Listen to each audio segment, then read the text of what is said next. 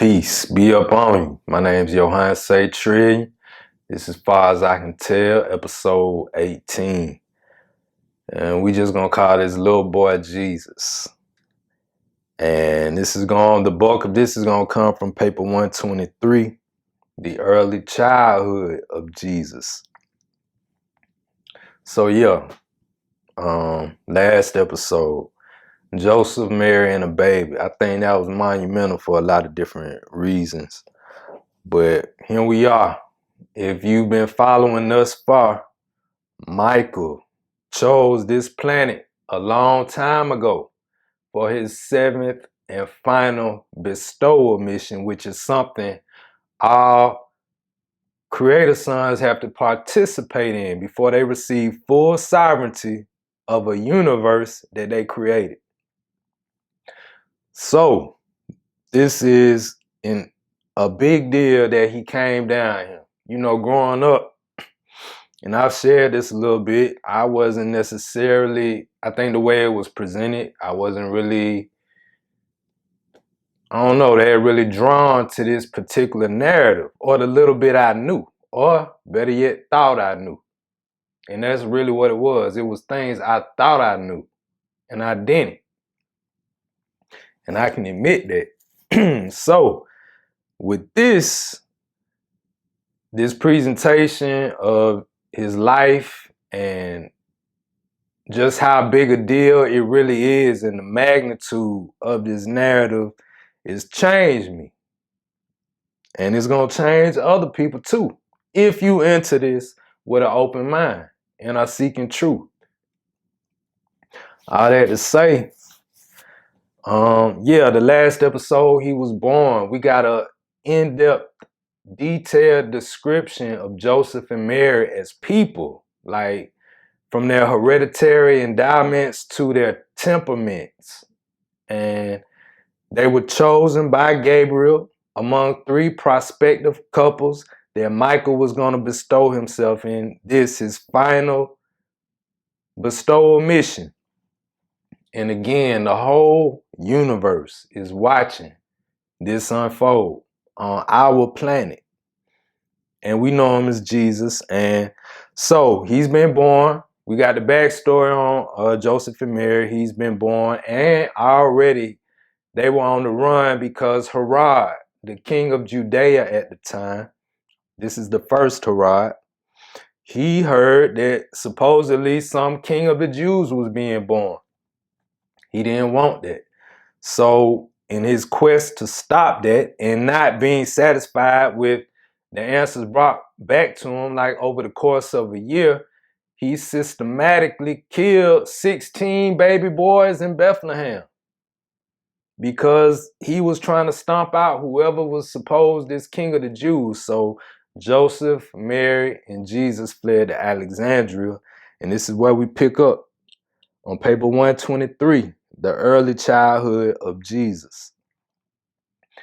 And I'll be honest, man, a lot of this material from these papers is real dense, as I've stated before, and this is an easy read. If you got a 8th grade reading level, you could get through this. And all that to say, you can really read this on your own. I'm just doing it because I like the story. So, lucky for y'all, I'm pretty much making an audio book out of this for you. I'm going to skip around a little bit, and I'm going to sprinkle in a little commentary, or I might expound on a few things, but what I'm really saying is you can read this yourself, and I encourage everybody to do that, or at least read along. This paper 123, the early childhood of Jesus. Owing to the uncertainties and anxieties of their sojourn in Bethlehem, Mary did not wean the babe until they had arrived safely in Alexandria, where the family was able to settle down to a normal life. They lived with kinsfolk, and Joseph was well able to support his family as he secured work shortly after their arrival.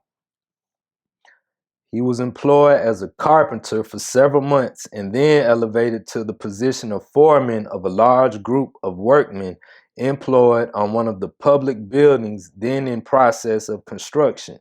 This new experience gave him the idea of becoming a contractor and builder after their return to Nazareth. All through these early years of Jesus' helpless infancy, Mary maintained one long and constant vigil lest anything befall her child which might jeopardize his welfare or in any way interfere with his future mission on earth. No mother was ever more devoted to her child. In the home where Jesus chanced to be, there were 2 other children about his age, and among the near neighbors there were 6 others whose ages were sufficiently near his own to make them acceptable playfellows. At first, Mary was disposed to keep Jesus close by her side. She feared something might happen to him if he were allowed to play in the garden with the other children. But Joseph, with the assistance of his kinsfolk, was able to convince her that such a course would deprive Jesus of the helpful experience of learning how to adjust himself to children of his own age. And Mary, realizing that such a program of undue sheltering and unusual protection might tend to make him self-conscious and somewhat self-centered, finally gave assent to the plan of permitting the child of promise to grow up just like any other child. And though she was obedient to this decision, she made it her business always to be on watch while the little folks were at play about the house or in the garden. Only an affectionate mother can know the burden that Mary carried in her heart for the safety of her son during these years of his infancy and early childhood. I'm just looking through. This is a lot of reading, so I might be skipping around. If you're reading along, so be it. Throughout the 2 years of their sojourn at Alexandria, Jesus enjoyed good health and continued to grow normally. Aside from a few friends and relatives, no one was told about Jesus' being a child of promise. One of Joseph's relatives revealed this to a few friends in Memphis, Egypt, descendants of the distant Ignatin, and they, with a small group of Alexandrian believers, assembled at the palatial home of Joseph's relative benefactor a short time before the return to Palestine to wish the Nazareth family well and to pay their respects to the child. On this occasion, the assembled friends presented Jesus with a complete copy of the Greek translation of the Hebrew scriptures. That's a big deal back then. Books were hard to come by because they had to be handwritten. And so a Greek translation of the Hebrew scriptures is very valuable back then. But this copy of the Jewish sacred writings was not placed in Joseph's hands until both he and Mary had finally declined the invitation of their Memphis and Alexandrian friends to remain in Egypt. These believers insisted that the child of destiny would be able to exert a far greater world influence as a resident of Alexandria than of any designated place in Palestine. These persuasions delayed their departure for Palestine for some time after they received the news of Herod's death. Alexandria in ancient times in Egypt was a huge learning center. Like, people from all over the world would go to Alexandria to learn because of the library located there. So these friends of Joseph's relatives thought, like he would have a greater influence right there. Joseph and Mary finally took leave of Alexandria on a boat belonging to their friend Azarion, bound for Joppa. Excuse me. Arriving at that port late in August of the year 4 BC, they went directly to Bethlehem, where they spent the entire month of September in council with their friends and relatives concerning whether they should remain there or return to Nazareth.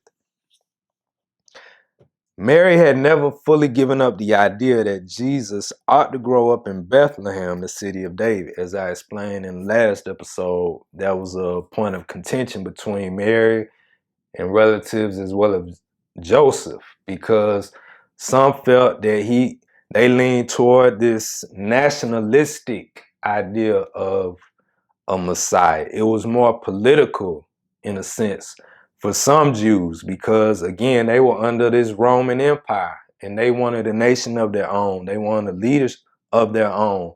And so they really had a God of their own. You know what I'm saying? To them, it was the Lord God of Israel and nobody else. So there was like I said, a nationalistic leaning toward this Messiah concept. And there was also a more spiritual leaning toward this concept, which is what Joseph adhered to. Joseph did not really believe that the son was to become a kingly deliverer of Israel. Besides, he knew that he himself was not really a descendant of David, that his being reckoned among the offspring of David was due to the adoption of one of his ancestors into the Davidic line of descent. Mary, of course, thought the city of David the most appropriate place in which the new candidate for David's throne could be reared. But Joseph preferred to take chances with Herod Antipas rather than with his brother Archelaus. He entertained great fears. Now, Herod the first, the one that killed all the babies seeking to destroy this king of the Jews, this future king of the Jews, has died, and subsequently 2 of his sons have taken the throne. So there's Herod Antipas and Herod Archelaus. He entertained great fears for the child's safety in Bethlehem or in any other city in Judea, and surmised that Archelaus would be more likely to pursue the menacing policies of his father Herod than would Antipas in Galilee. So they had a choice, like, do we go to Judea, or like stay in Bethlehem and Judea, or go back to Galilee? And besides all these reasons, Joseph was outspoken in his preference for Galilee as a better place in which to rear and educate the child, but it required 3 weeks to overcome Mary's objections. By the 1st of October, Joseph had convinced Mary and all their friends that it was best for them to return to Nazareth. Accordingly, early in October 4 BC, they departed from Bethlehem for Nazareth, going by way of Lydda and Sycamore. I don't know how you say that. They started out early one Sunday morning, Mary and the child riding on their newly acquired beast of burden, while Joseph and 5 accompanying kinsmen proceeded on foot. Joseph's relatives refused to permit them to make the trip to Nazareth alone. They feared to go to Galilee by Jerusalem and the Jordan Valley, and the western routes were not altogether safe for 2 lone travelers with a child of tender years. And that was like the opening. This is part 1, back in Nazareth. On the 4th day of the journey, the party reached its destination in safety. This is funny. They arrived unannounced at the Nazareth home, which had been occupied for more than 3 years by one of Joseph's married brothers, who was indeed surprised to see them. So quietly had they gone about their business that neither the family of Joseph nor that of Mary knew they had even left Alexandria. The next day, Joseph's brother moved his family, and Mary, for the first time since Jesus' birth, settled down with her little family to enjoy life in their own home. In less than a week, Joseph secured work as a carpenter, and they were supremely happy. Jesus was about 3 years and 2 months old at the time of their return to Nazareth. He had stood all these travels very well and was in excellent health and full of childish glee and excitement at having premises of his own to run about in and to enjoy. But he greatly missed the association of his Alexandrian playmates. On the way to Nazareth, Joseph had persuaded Mary that it would be unwise to spread the word among their Galilean friends and relatives that Jesus was a child of promise. They agreed to refrain from all mention of these matters to anyone, and they were both very faithful in keeping this promise. That was a big deal. They can't let it get out because he's already been wanted. So yeah. Jesus's entire fourth year was a period of normal physical development and of unusual mental activity. Meantime, he had formed a very close attachment for a neighbor boy about his own age named Jacob. Jesus and Jacob were always happy in their play, and they grew up to be great friends and loyal companions. The next important event in the life of this Nazareth family was the birth of the second child, James. In the early morning hours of April 2nd, 3 BC, Jesus was thrilled by the thought of having a baby brother, and he would stand around by the hour just to observe the baby's early activities. So yeah, James was born April 2nd, 3 BC, when Jesus was like 4. It was midsummer of the same year that Joseph built a small workshop close to the village spring and near the caravan tarrying lot. After this, he did very little carpenter work by the day. He had as associates 2 of his brothers and several other mechanics whom he sent out to work while he remained at the shop making yokes and plows and doing other woodwork. He also did some work in leather and with rope and canvas. And Jesus, as he grew up, when not at school, spent his time about equally between helping his mother with home duties and watching his father work at the shop. Meanwhile, listening to the conversation and gossip of the caravan conductors and passengers from the 4 corners of the earth. Again, just a brief side note, this is the importance of Gabriel selecting and his commission that was observing family life around this time, and they picked Palestine for a certain reason. They saw that a lot of activity and travel and trade took place there, and he was sent here to get a good understanding of man, as well as for man to get a good understanding of God. It was a symbiotic relationship. And so it was important that he met and understood people from all walks of earth early in life. In July of this year, 1 month before Jesus was 4 years old, an outbreak of malignant intestinal trouble spread over all Nazareth from contact with the caravan travelers. And I said earlier, I think he was 4 when they had James, but Jesus was actually 3 when they had James. His youngest brother, his first brother, rather.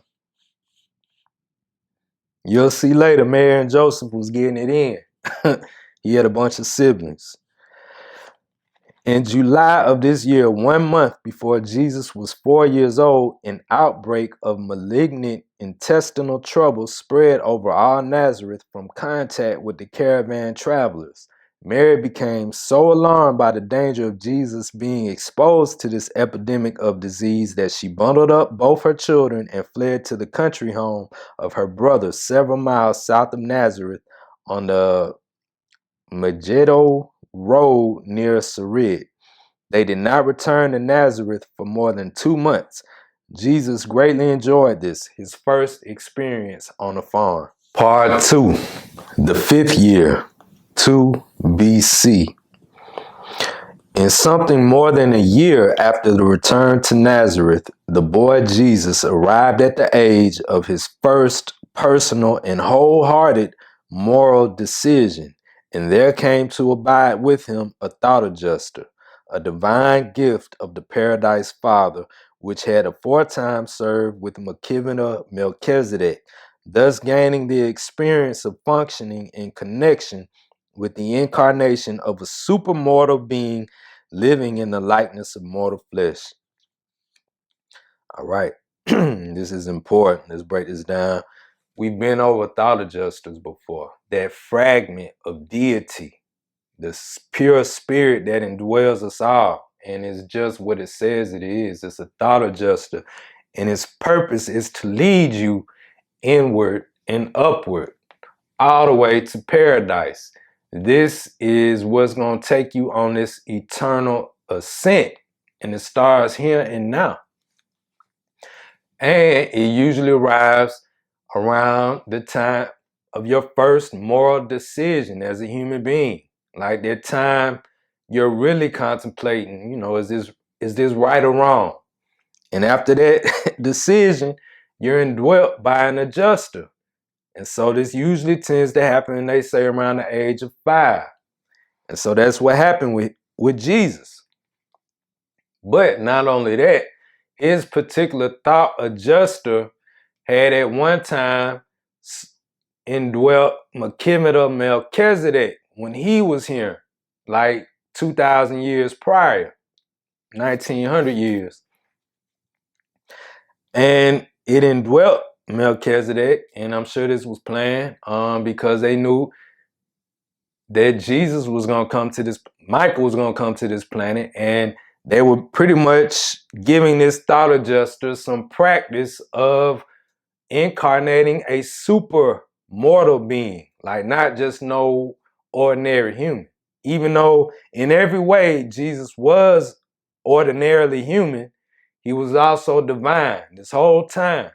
So his particular adjuster had indwelt Melchizedek previously before him, which is probably another reason people erroneously call Jesus a priest forever after the order of Melchizedek.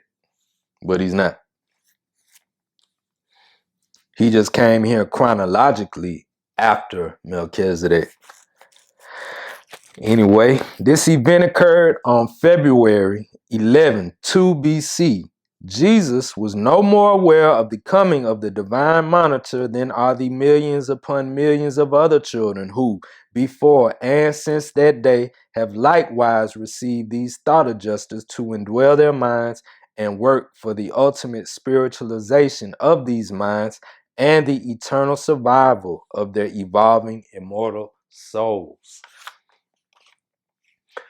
On this day in February, the direct and personal supervision of the universe rulers, this is a high order of being, as it was related to the integrity of the childlike incarnation of Michael, terminated. From that time on, so they were kind of like guardians in a sense for this child Michael / Jesus until he received his thought adjuster. From that time on, throughout the human unfolding of the incarnation, the guardianship of Jesus was destined to rest in the keeping of this indwelling adjuster and the associated seraphic guardians, angels, guardian angels, supplemented from time to time by the ministry of midway creatures assigned for the performance of certain definite duties in accordance with the instruction of their planetary superiors. And again, midway creatures are that order of being beneath angels and seraphim, but right above us. Jesus was 5 years old in August of this year, and we will therefore refer to this as his 5th calendar year of life. In this year, 2 BC, a little more than 1 month before his 5th birthday anniversary, Jesus was made very happy by the coming of his sister, Miriam, who was born on the night of July 11. During the evening of the following day, Jesus had a long talk with his father concerning the manner in which various groups of living things are born into the world as separate individuals. The most valuable part of Jesus' early education was secured from his parents in answer to his thoughtful and searching inquiries. So he was asking, where do babies come from? And they're just, telling that that kind of info comes from home, or it should. Joseph never failed to do his full duty in taking pains and spending time answering the boy's numerous questions. From the time Jesus was 5 years old until he was 10, he was one continuous question mark. While Joseph and Mary could not always answer his questions, they never failed fully to discuss his inquiries and in every other possible way to assist him in his efforts to reach a satisfactory solution of the problem which his alert mind had suggested. Since returning to Nazareth, theirs had been a busy household, and Joseph had been unusually occupied building his new shop and getting his business started again. So fully was he occupied that he had found no time to build a cradle for James, but this was corrected long before Miriam came, so that she had a very comfortable crib in which to nestle while the family admired her. And the child Jesus heartily entered into all these natural and normal home experiences. He greatly enjoyed his little brother and his baby sister and was of great help to Mary in their care. I don't know, man. I just got to pause right here. Like, where have you ever heard such detail about the childhood of Jesus? If you have, if you got something I don't know about, please, like, send a link, like put a link in the comments if you have something comparable or know of something.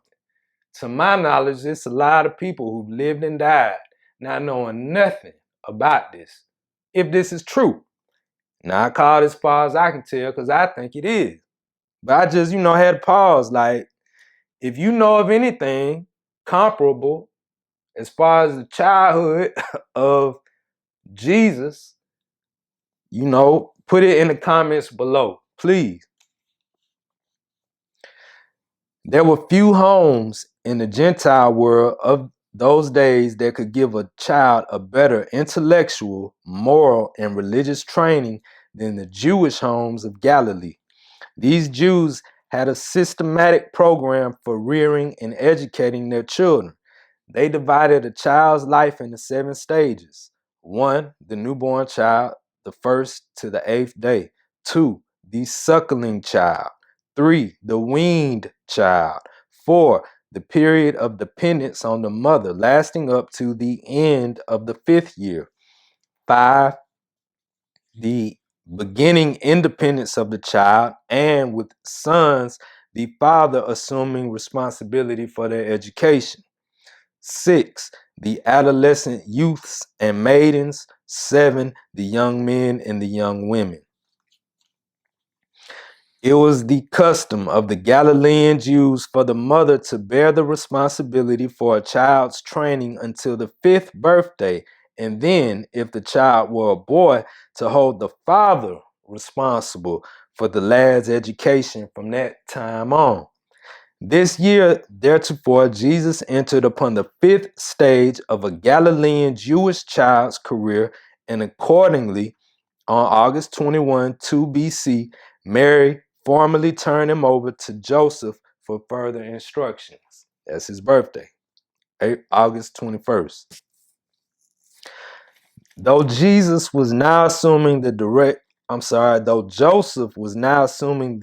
responsibility for Jesus's intellectual and religious education, his mother still interested herself in his home training. She taught him to know and care for the vines and flowers growing about the garden walls which completely surrounded the home plot. She also provided on the roof of the house, they got in parentheses, the summer bedroom on the roof of the house, shallow boxes of sand in which Jesus worked out maps and did much of his early practice at writing Aramaic, Greek, and later on Hebrew. For in time he learned to read, write, and speak fluently all 3 languages. That's a big deal. That's important because it plays a role in his life as well as his message and its spread. But yeah, he spoke Aramaic, which was like a local dialect the common people spoke of that time. Hebrew, which was something for the more kind of like educated class among the Hebrews, and Greek, which was the educated classes as well as just being spoken throughout the empire.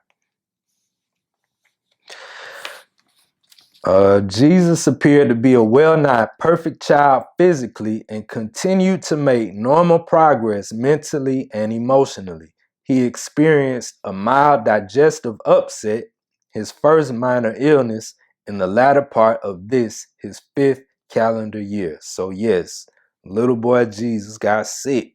Because guess what? Little boy Jesus was a little boy, like a mortal creature.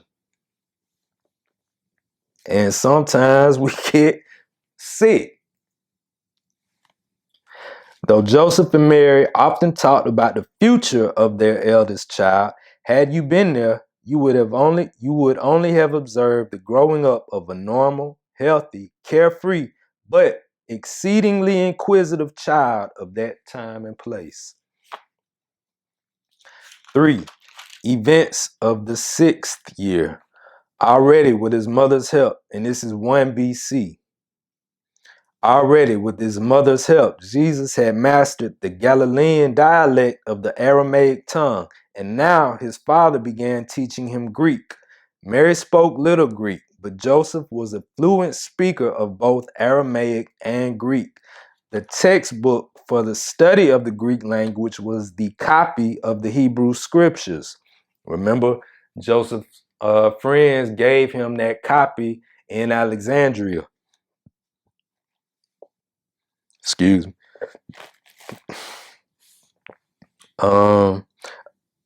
The textbook for the study of the Greek language was the copy of the Hebrew scriptures, a complete version of the law and the prophets, including the Psalms, which had been presented to them on leaving Egypt. There were only 2 complete copies of the scriptures in Greek in all Nazareth, and the possession of one of them by the carpenter's family made Joseph's home a much sought place and enabled Jesus, as he grew up, to meet an almost endless procession of earnest students and sincere truth seekers. Before this year ended, Jesus had assumed custody of this priceless manuscript, having been told on his 6th birthday that the sacred book had been presented to him by Alexandrian friends and relatives, and in a very short time, he could read it readily. The first great shock of Jesus' young life occurred when he was not quite 6 years old. It had seemed to the lad that his father, at least his father and mother together, knew everything. Imagine, therefore, the surprise of this inquiring child when he asked his father the cause of a mild earthquake which had just occurred, to hear Joseph say, "My son, I really do not know." Thus began that long and disconcerting disillusionment, in the course of which Jesus found out that his earthly parents were not all wise and all knowing. Joseph's first thought was to tell Jesus that the earthquake had been caused by God, but a moment's reflection admonished him that such an answer would immediately be provocative of further and still more embarrassing inquiries. Even at an early age, it was very difficult to answer Jesus' questions about physical or social phenomena by thoughtlessly telling him that either God or the devil was responsible. And this is a child, got sense enough to know, nah, I need a little more than that. Earthquake, you can't just say God did it, or this lightning is the devil. Like, he wanted to really know.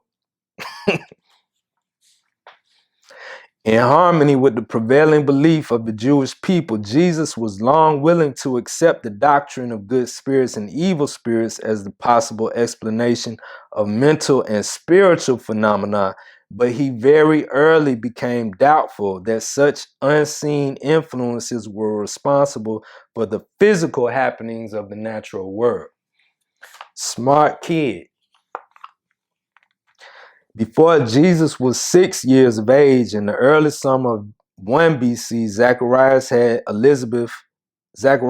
and Elizabeth and their son John the Baptist, came to visit the Nazareth family. Now remember, Gabriel visited Elizabeth before he even visited Mary and told her that she was to bring forth a son who was going to be the forerunner of Jesus.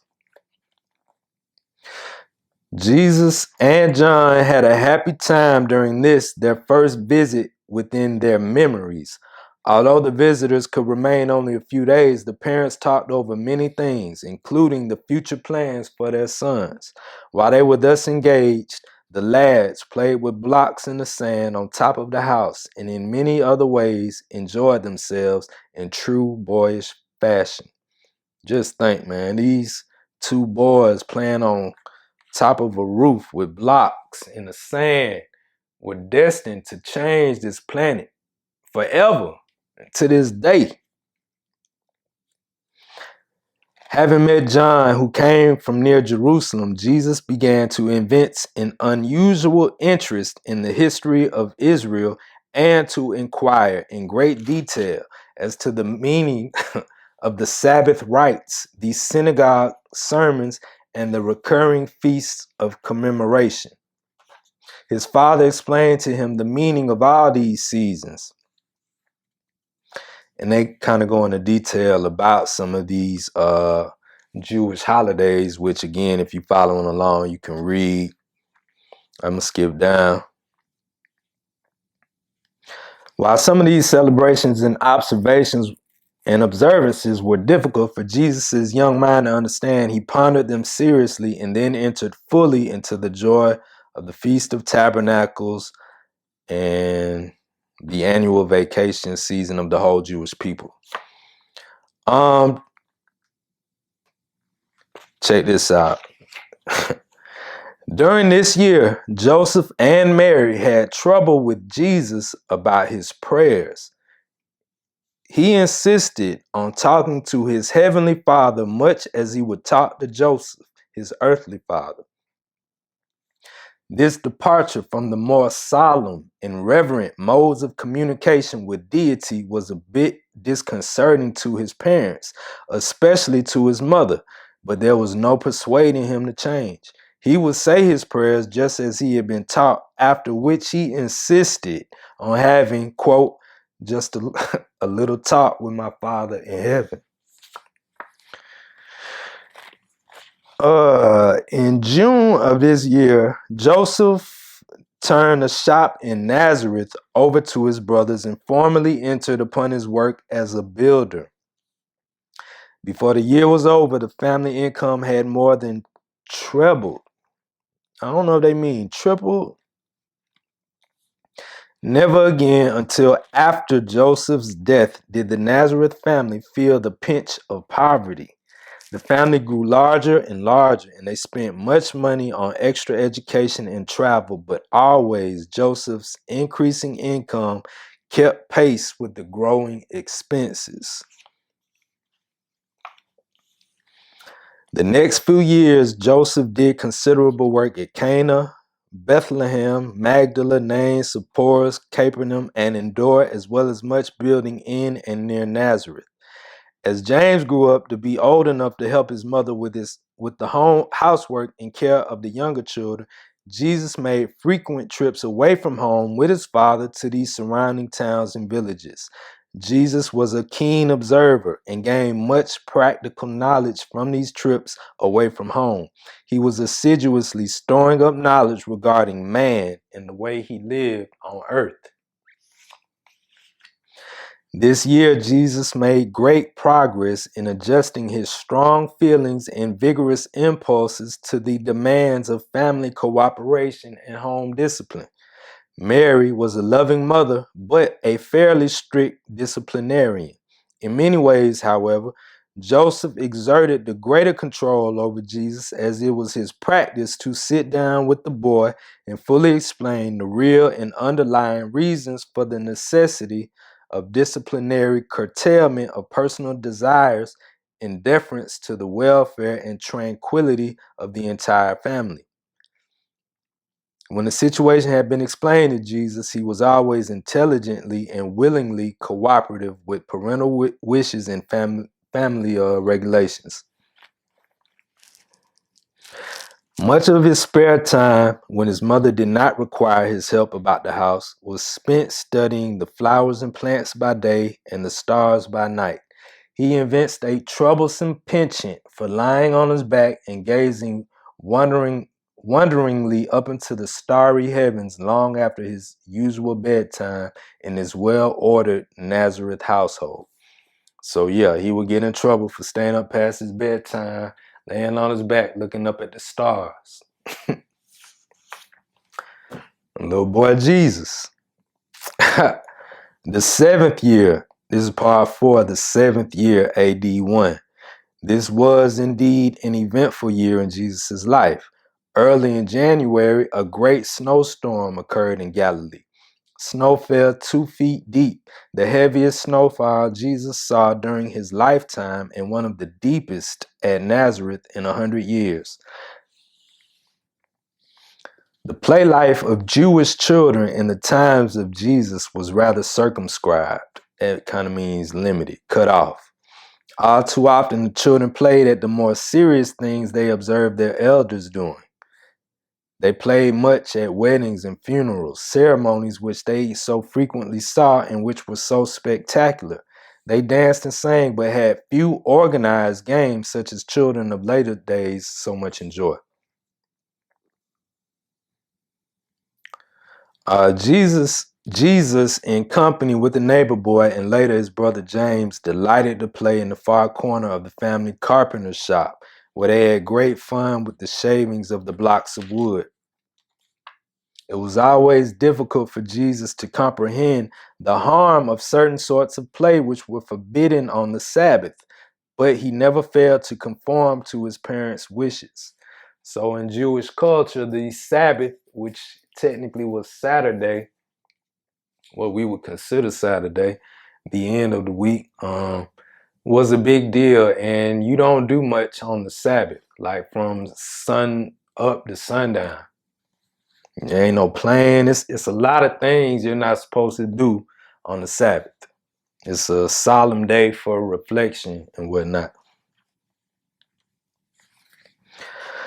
He had a capacity for humor and play which was afforded little opportunity for expression in the environment of his day and generation. But up to the age of 14, he was cheerful and lighthearted most of the time. So yeah, he just a child that liked to play and didn't understand certain things like, why we can't do this today. What's the big deal? Mary maintained a dovecote on top of the animal house adjoining the home, and they used the profits from the sale of doves as a special charity fund, which Jesus administered after he deducted the tithe and turned it over to the officer of the synagogue. The only real accident Jesus had up to this time was a fall down the backyard stone stairs which led up to the canvas roofed bedroom. It happened during an unexpected July sandstorm from the east. The hot winds carrying blasts of fine sand usually blew during the rainy season, especially in March and April. It was extraordinary to have such a storm in July. When the storm came up, Jesus was on the housetop playing, as was his habit, for during much of the dry season, this was his accustomed playroom. He was blinded by the sand when descending the stairs and fell. After this accident, Joseph built a balustrade of both sides of the stairway. Not sure what that is, but probably something to keep sand out, I imagine. I don't know. Or maybe like a banister. There was no way in which this accident could have been prevented. It was not chargeable to neglect by the midway temporal guardians, one primary and one secondary midwayer having been assigned to the watch care of the lad. Again, I done told you, you got midwayers, seraphim, and depending on who you are, and a lot of this is depending on how you think and maneuver out here and how deep you get into God. But the more you get into God, the more protection you receive. There's no other way to put it. Now, in general speaking, for you and I, but he had midwayers assigned to watching him, as well as seraphim, as well as his thought adjuster, and a whole host of spiritual influences are watching. Again, this is Michael as a baby.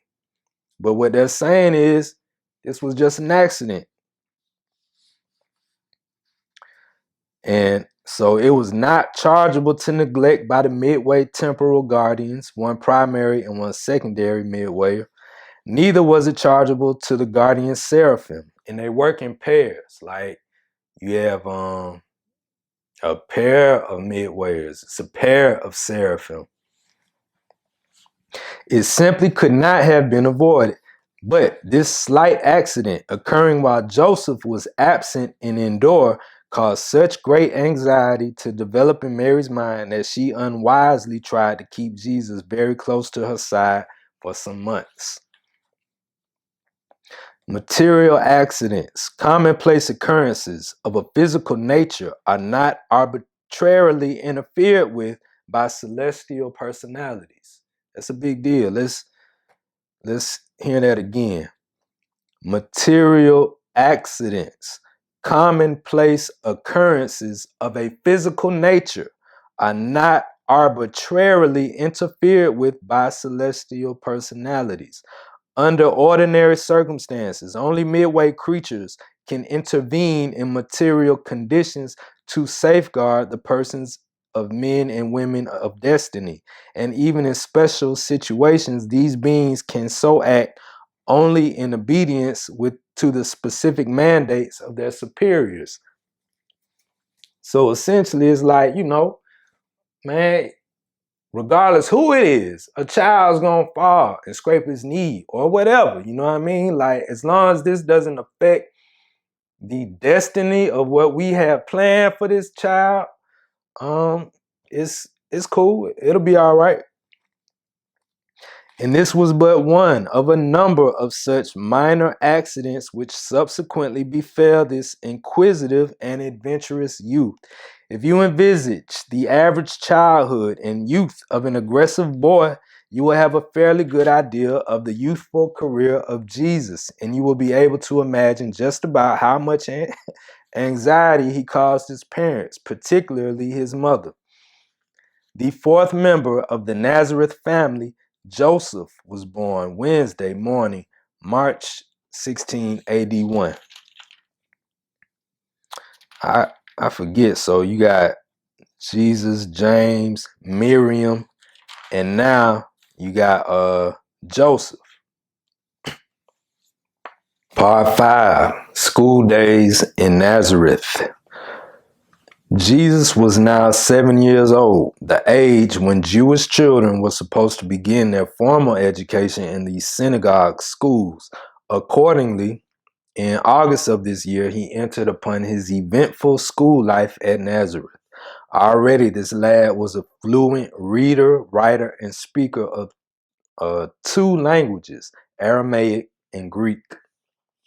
He was now to acquaint himself with the task of learning to read, write, and speak the Hebrew language, and he was truly eager for the new school life which was ahead of him. So yeah, Joseph and Mary were on their job. He's already speaking, writing, and reading 2 different languages before he even got to school. For 3 years until he was 10, for 3 years until he was 10, he attended the elementary school of the Nazareth synagogue. For these 3 years, he studied the rudiments of the book of the law as it was recorded in the Hebrew tongue. For the following 3 years, he studied in the advanced school and committed to memory by the method of repeating aloud the deeper teachings of the sacred law. He graduated from the school of the synagogue during his 13th year and was turned over to his parents by the synagogue rulers as an educated, quote, son of the commandments. I'm going to skip down a little bit because they skipping ahead, but it's all good. At Nazareth, the pupils sat on the floor in a semicircle while their teacher, the Chazan, an officer of the synagogue, sat facing them. Beginning with the book of Leviticus, they passed on to the study of the other books of the law, followed by the study of the prophets and the Psalms. The Nazareth synagogue possessed a complete copy of the scriptures in Hebrew. Nothing but the scriptures was studied prior to the 12th year. In the summer months, the hours for school were greatly shortened. Jesus early became a master of Hebrew, and as a young man, when no visitor of prominence happened to be sojourning in Nazareth, he would often be asked to read the Hebrew scriptures to the faithful assembled in the synagogue at the regular Sabbath services. These synagogue schools, of course, had no textbooks. In teaching, the Chazan would utter a statement while the pupils would in unison repeat it after him. Call and response.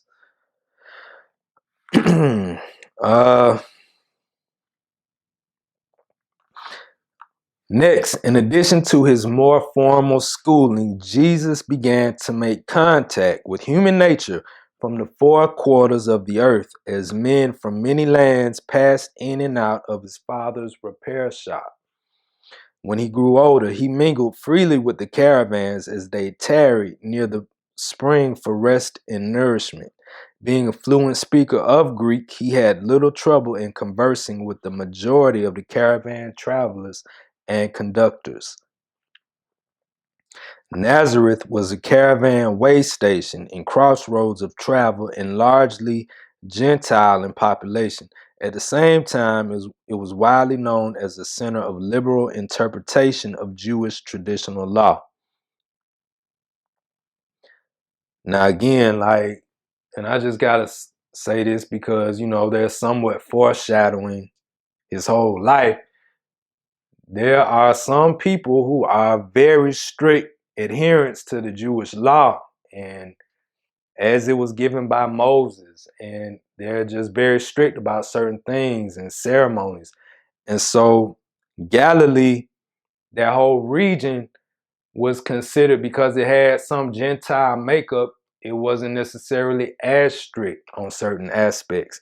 And that would cause some others to kind of frown upon Galilee, like, they not serious about this.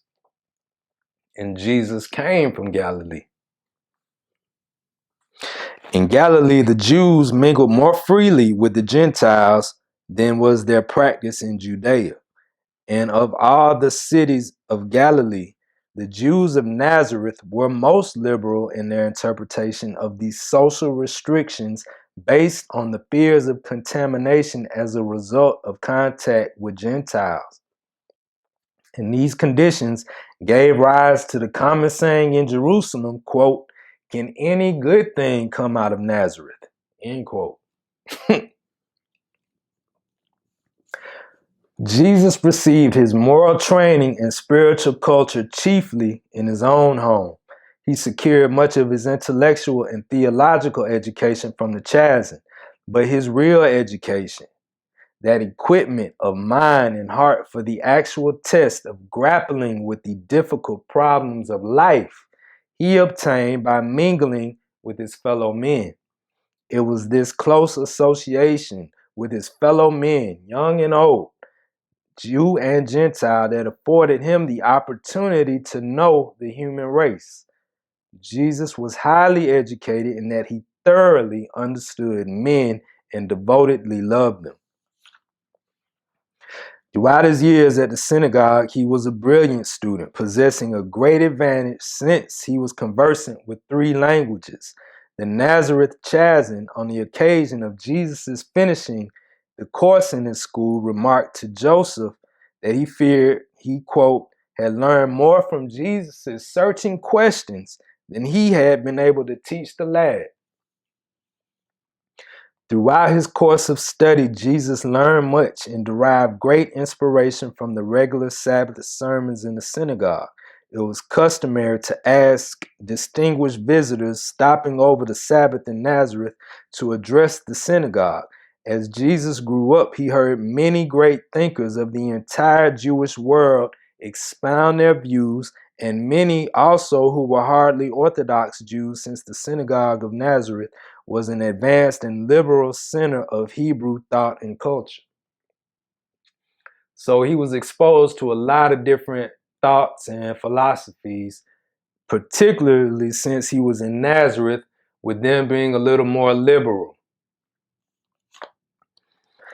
When entering school at 7 years, they got in parentheses, at this time the Jews had just inaugurated a compulsory education law, in parentheses.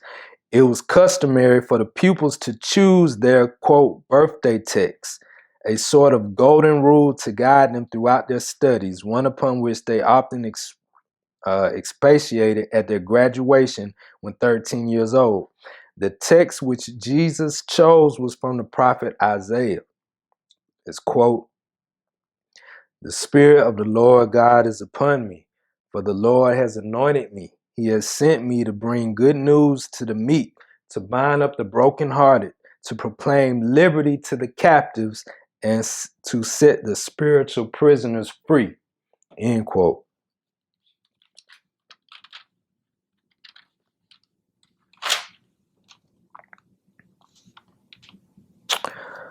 I'm gonna skip down a little bit.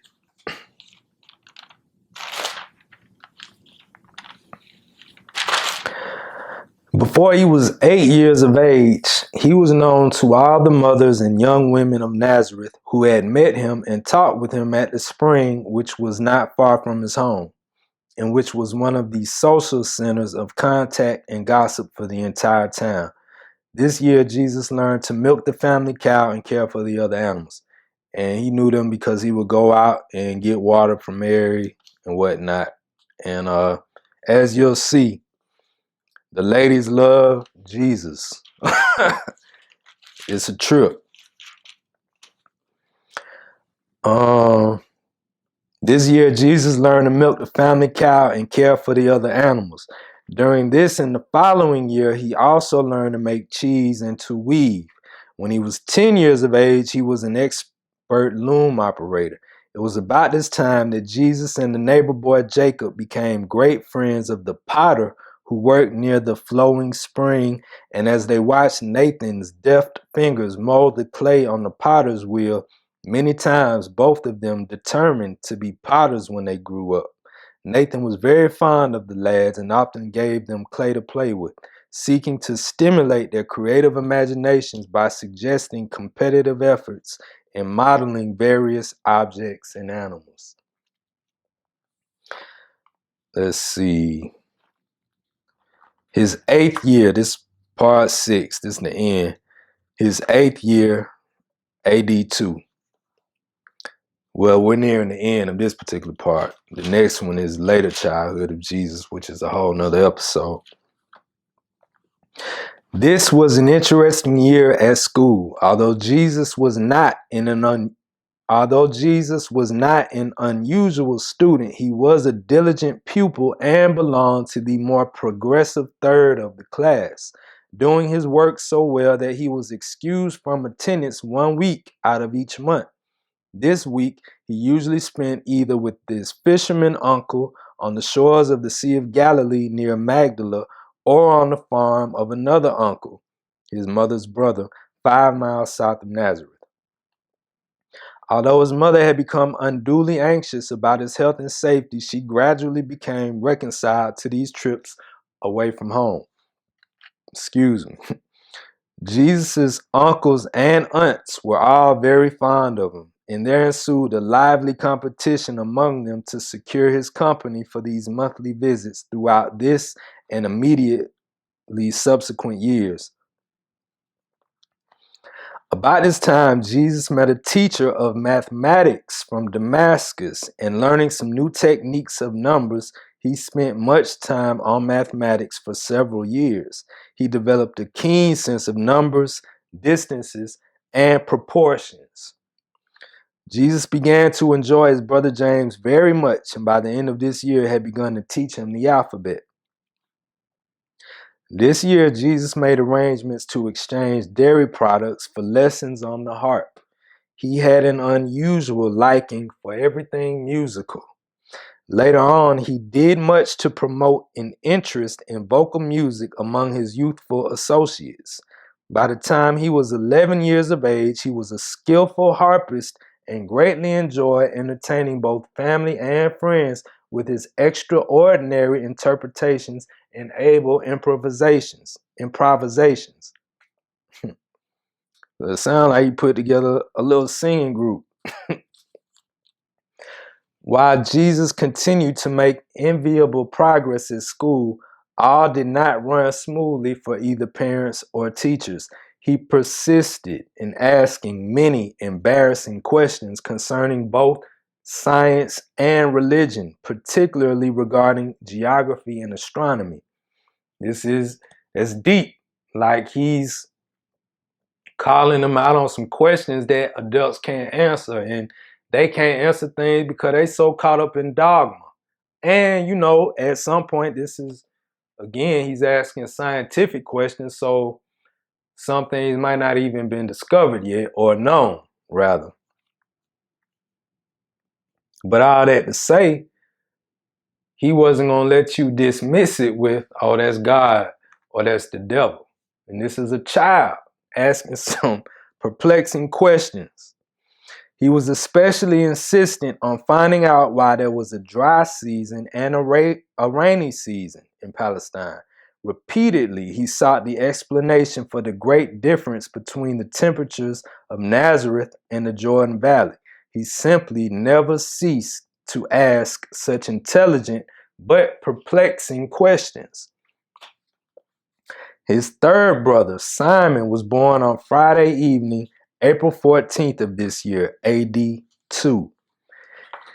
In February, Nahor, one of the teachers in the Jerusalem Academy of the rabbis, came to Nazareth to observe Jesus, having been on a similar mission to Zacharias' home near Jerusalem. He came to Nazareth at the instigation of John's father.